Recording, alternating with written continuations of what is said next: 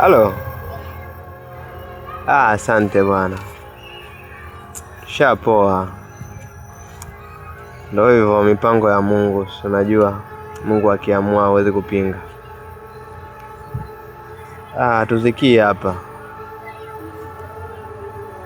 Tunazikia kwa mke wangu.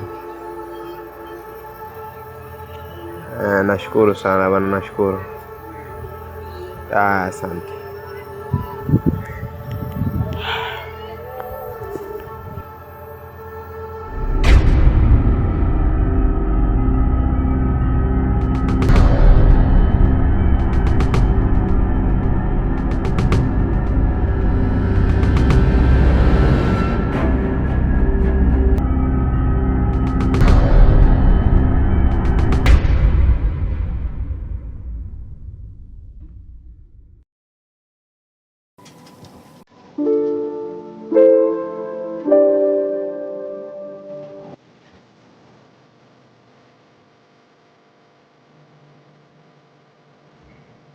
Kama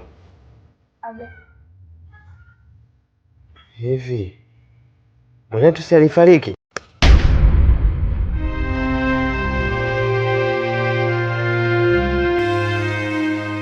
Koma. Narudia tena, koma. Mwanangu Nasi hajafariki. Sipendi hiyo kauli. Sitaki hiyo kauli. Na iwe mwanzo na mwisho. Nasi hajafariki. Mke wangu Pamela, mke wangu.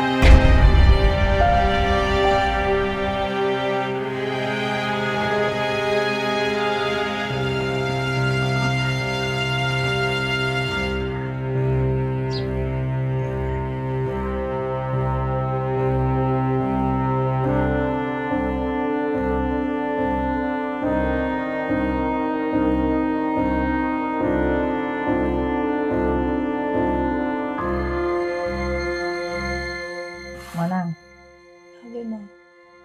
ungeamua kuondoka na mtoto bila kutuambia? Mama, mimi nilivyoona mmetoka, mmeenda sebreni, nikamchukua mtoto nikampeleka hospitali. Lakini mke wangu, hivi kwa nini umeshindwa hata kunijulisha mimi mumeo? Umeondoka na mtoto umempeleka hospitalini bila hata mimi sijui. Nilichanganyikiwa tu. Nikamchukua mtoto, nikampeleka hospitali, kapewa huduma ya kwanza.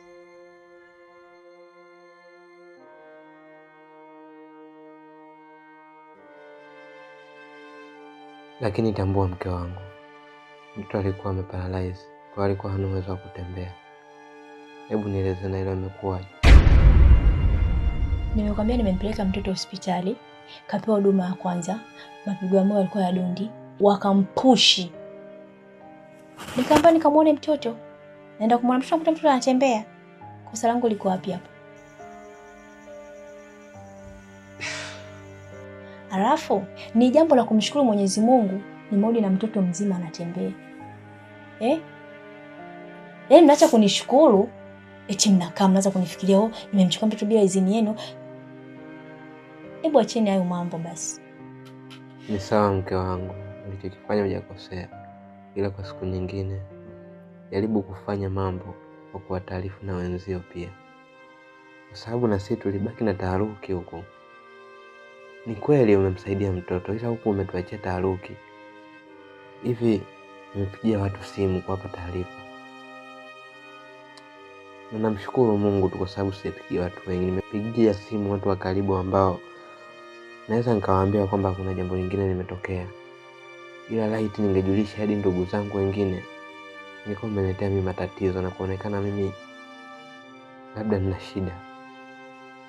Ila kwa siku nyingine jifunze kufanya mambo unakuwa taarifu wengine ili waelewe kinachoendelea.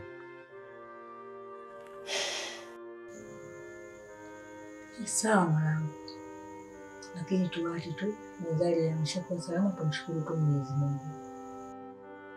Sawa, mimi nimeridhika. Ila nyewe wanawake labda ndo mnaweza mkaelewana. Ni kweli kuna mambo mengine yanahitajika kufanya, ila mambo mengine jifunze kwa taarifa wenzio, kwa sababu haupo mwenyewe.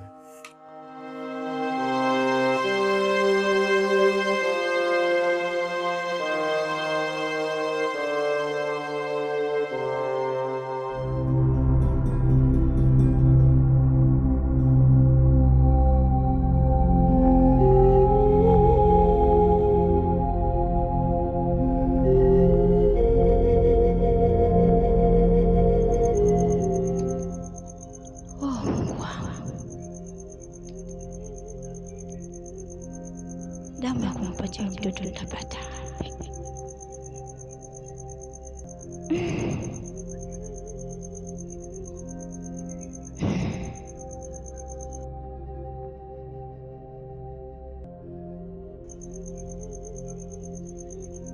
Mungu wangu.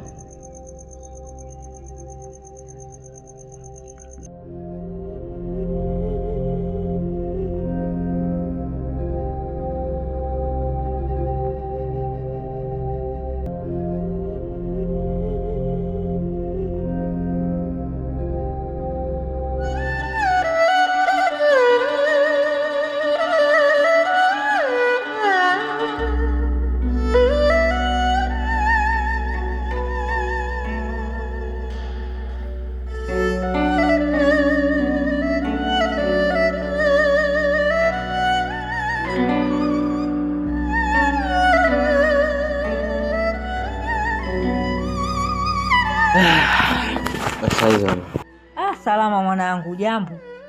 Salama. Kwema? Kwema za kazi? Nashukuru Mungu. Mbona umerudi mapema mwanangu leo kutoka kazini? Ndio hivyo, wajua kazini kule kuna mfanyakazi mwenzetu alipata changamoto. Tulienda kumtembelea, kwa hiyo bosi akaona sio mbaya tuondoke tu nyumbani tujiandae kwa ajili ya maandalizi ya kesho. Sawa. Vipi mke wangu, kwa maana chumbani kwake sijamuona? Mke wako tulikuwepo wote hapa. Anani hii, tumepika ugali hapa wote tumekula. Lakini sijui amekwenda wapi, maana hajaniaga. Mpaka sasa sijui ameenda wapi. Kiukweli mama, mke wangu kwa sasa hivi mimi simuelewi. Yaani toka mtoto wake alivyopona kurudi hospitali huko mzima, mimi simuelewi matukio anayofanya.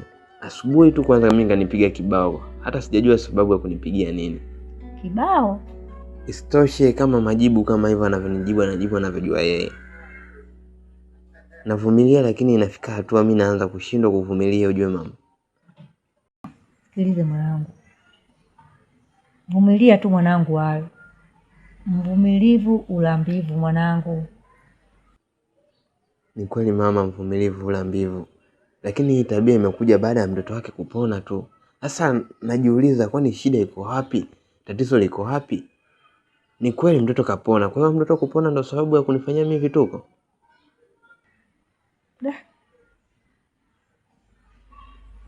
Lakini mwanangu, awe achana nayo. Yule agenda juu kipungu, afikirie mbinguni. Sawa mama.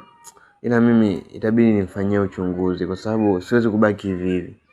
Kwa hiyo mimi natakiwa nijue kwamba shida iko wapi, tatizo ni nini. Mimi nitalikalia chini nifanyie uchunguzi mpaka nijue shida iko wapi.